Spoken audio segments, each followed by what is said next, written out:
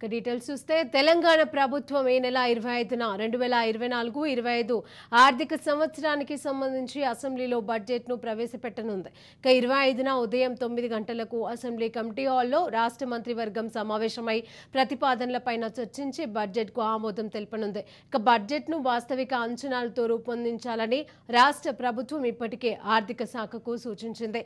ఆదాయ వ్యయాలపైన భారీ అంచనాలతో కాకుండా ఎంత మేరకు ఆదాయం వస్తుందనేది పక్కాగా లెక్కలు వేసి అంత మేరకు కేటాయింపులతో రూపొందించాలని ప్రభుత్వం నిర్దేశించింది. తెలంగాణ ఏర్పడిన తర్వాత ఒక్కసారిగా కూడా బడ్జెట్ అంచనాల ప్రకారంగా 100% వ్యయం చేయలేదని ఈ ఏడాది ఆ లక్ష్యాన్ని సాధించేలా రూపకల్పన చేయాలని సూచించింది. గత 10 ఏళ్లలో 2019-20లో మాత్రమే బడ్జెట్ అంచనాల్లో 97.5% వ్యయమైనట్లుగా శ్వేతపత్రంలో రాష్ట్ర ప్రభుత్వం తెలిపింది. ఇక ఈ ఏడాది రాష్ట్ర ఆదాయ రుణాల సేకరణ పెరుగుతున్నందున బడ్జెట్ 2.50 లక్షల కోట్ల వరకు చేరే అవకాశం కనిపిస్తోంది. ఈ నెల 23న కేంద్ర ప్రభుత్వం పార్లమెంటులో బడ్జెట్ ప్రవేశపెట్టబోతోంది. ఇక ఇదే అంశానికి సంబంధించి మరిన్ని తాజా updates Telangana bureau chief Mahender Reddy అందజేస్తారు. మహేందర్ రెడ్డి. శిరీష, అసెంబ్లీలో బడ్జెట్ ను ప్రవేశపెట్టేందుకు రాష్ట్ర ప్రభుత్వం సిద్ధమైంది. బడ్జెట్ ప్రతిపాదనకు సంబంధించి ఆమోదం తెలిపేందుకు ఈ నెల 25న అసెంబ్లీ కమిటీ హాల్లో మంత్రివర్గం కూడా సమావేశం కానుంది.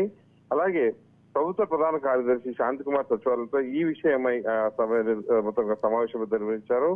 శాసనసభ్యులు ప్రశ్నలకు వీలైన త్వరగా ఖచ్చితమైన సమగ్ర సమాచారంతో సమాధానాలు పంపాలని కూడా అధికారులను సిఎస్ అయితే ఆదేశించారు.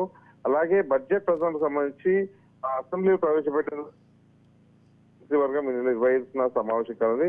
ఉదయం 9:30 గంటలకు అసెంబ్లీ కమిటీ హాల్లో ముఖ్యమంత్రి రేవంత్ రెడ్డి అధ్యక్షతన కేబినెట్ సమావేశం జరగనుంది. అలాగే అదే రోజు అసెంబ్లీలో ఆర్థిక శాఖ మంత్రి ఉప ముఖ్యమంత్రి బట్టి విక్రమార్క బడ్జెట్ ను ప్రవేశపెట్టినారు.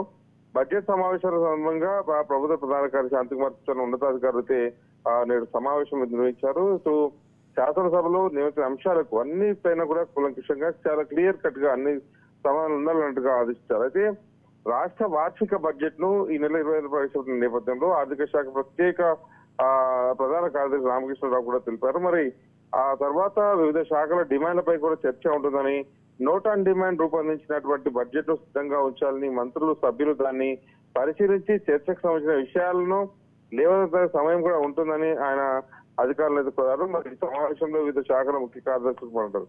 అయితే పక్కాగా లెక్కలు వేసి అంతవరకు కేటాయింపులు చేసేలాగా ఏర్పాట్లు అయితే చేశారు. మరి ఆదాయ వ్యయాలపైన భారీ అంచనాలతో కాకుండా ఎంత మేరకు ఆదాయం వస్తుంది అనేది పక్కాగా లెక్కలు వేసి అంతవరకే కేటాయింపులు రూపొందించాలని ప్రభుత్వం నిర్ణయించింది. ఇటు ప్రతిపక్షాలు కూడా ఏ అంశాన్ని అయినా సరే లేవనెత్తడానికి కానీ ఇప్పటికే 6 గ్యారెంటీల అంశం పదే ఎత్తుతారు, కాళేశ్వరం ఎత్తుతారు. సో వీటన్నిటిపైన ఏదైనా ప్రతిపైన కూడా క్లారిటీ ఉండాలనే ఉద్దేశంతో అయితే ప్రభుత్వం అన్ని విధాల రంగం సిద్ధం చేసుకుంటుంది. ఇక రాష్ట్రం ఏర్పడిన తర్వాత 10 ఏళ్లలో ఒక్కసారి కూడా బడ్జెట్ అంచనాల ప్రకారం 100% వ్యయం చేయలేదని, మరి ఏడాది ఆ లక్ష్యాన్ని సాధించేలా వాస్తవిక ఈ దృక్పథంతో పద్దు ఉండాలంటగా కూడా ప్రభుత్వం అయితే సూచించినట్టు తెలుస్తుంది. మరి ఈ గత 10 ఏళ్లలో చూసుకున్నట్లయితే 2019-20లో బడ్జెట్ అంచనాల్లో 97.5% వ్యయమైందని శ్వేతపత్రంలో రాష్ట్ర ప్రభుత్వం తెలిపిన మాట మనం. మరి ఏడాది రాష్ట్ర ఆదాయం రుణాల సేకరణ పెరుగుతున్న నేపథ్యంలో బడ్జెట్ లో 2.50 లక్షల